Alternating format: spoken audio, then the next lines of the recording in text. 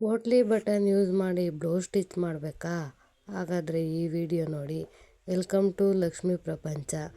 ನೋಡಿ, ಇವತ್ತು potli button use ಮಾಡಿ ನಾನು ಬ್ಲೌಸ್ ಸ್ಟಿಚ್ ಮಾಡಿರೋದ. ವಿಡಿಯೋ ಇಷ್ಟ ಆದರೆ ಲೈಕ್ ಮಾಡಿ, ಶೇರ್ ಮಾಡಿ, ಕಮೆಂಟ್ ಮಾಡಿ.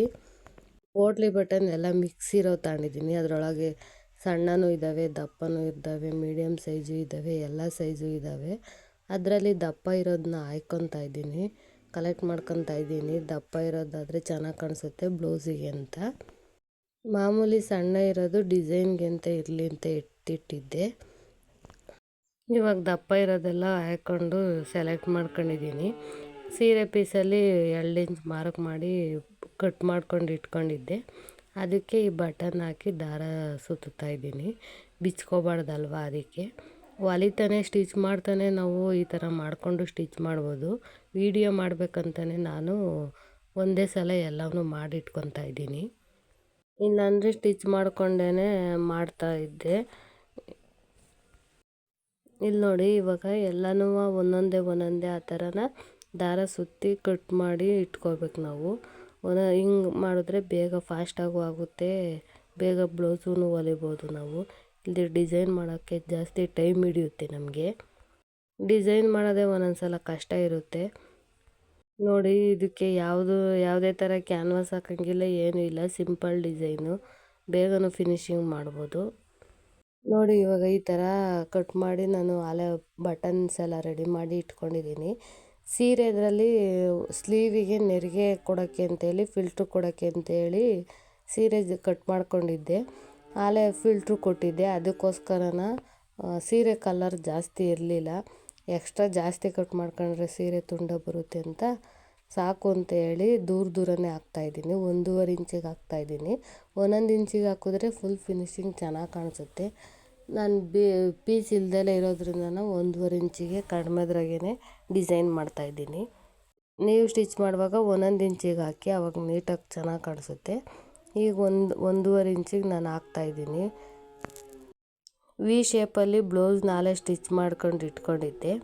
ಈಗ ಮಾರ್ಕ್ ಮಾಡಿ ಅದಕ್ಕೆ ಸ್ಟಿಚ್ ಮಾಡ್ತಾಯಿದ್ದೀನಿ. ಈ ಶೇಪು ನೀಟಾಗಿ ಬರೋಲ್ಲ ಅಂತ ಹೇಳಿ ಇದು ಡಿಸೈನ್ ಇರೋ ತೆಗೆನೇ ಫಸ್ಟು ಸ್ಟಿಚ್ ಮಾಡ್ತಾಯಿದ್ದೀನಿ. ನೀವು ಬೇಕು ಅಂದರೆ ಒಂದೇ ಸಲ ಫಿನಿಶಿಂಗು ಮಾಡ್ಕೋಬೋದು. ನೋಡಿ, ಇವಾಗ ಫಸ್ಟಿಂದನೂ ಫಿನಿಶಿಂಗ್ ಮಾಡ್ತಾಯಿದ್ದೀನಿ ನಾನು.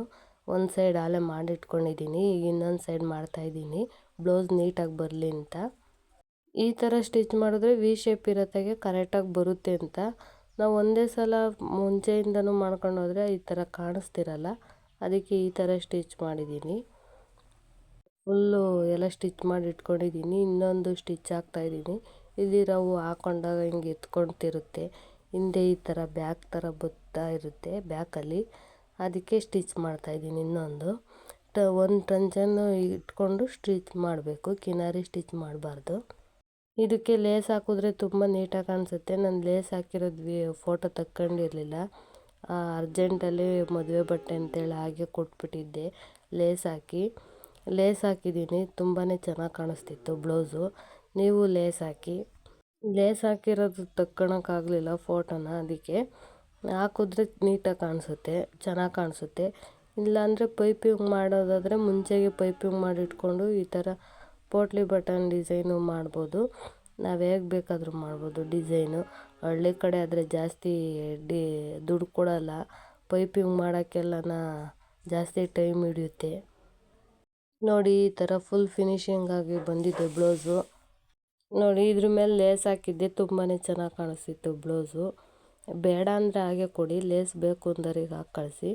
ನೋಡಿ, ಸ್ಲೀವಿಗೆ ಈ ಥರ ಫಿಲ್ಟ್ರ್ ಕೊಟ್ಟಿದ್ದೆ ಸೀರೆಯಲ್ಲಿ ಕಟ್ ಮಾಡಿಕೊಂಡು, ತುಂಬಾ ಚೆನ್ನಾಗಿ ಬಂದಿತ್ತು. ಈ ಥರ ಫಿಲ್ಟ್ರ್ ಇಡೋಕ್ಕೆ ಬರೋಲ್ಲ ಅಂದವರು ಕಮೆಂಟ್ ಮಾಡಿ, ವಿಡಿಯೋ ಮಾಡಿ ಹಾಕ್ತೀನಿ. ಕಮೆಂಟ್ ಮಾಡಿದ್ರೆ ನನಗೂ ಗೊತ್ತಾಗುತ್ತೆ ಯಾವ ಥರ ಬ್ಲೌಸ್ ಬರ್ತಿದೆ ಅಂತೇಳಿ. ಹೇಗೆ ಸ್ಟಿಚ್ ಮಾಡಿಕೊಟ್ರು ಕಸ್ಟಮರು ಒಂದೊಂದು ಹೇಳ್ತಾನೆ ಇರ್ತಾರೆ. ಯಾರೋ ಫುಲ್ಲು ಚೆನ್ನಾಗಿ ಹೊಲ್ದಿದ್ದೀವಿ ಅಂತಲೂ ಹೇಳಲ್ಲ, ಇತ್ತಾಗ ಚೆನ್ನಾಗಿ ಹೊಲಿತಿಲ್ಲ ಅಂತಲೂ ಹೇಳಲ್ಲ. Thank you for watching. Bye bye.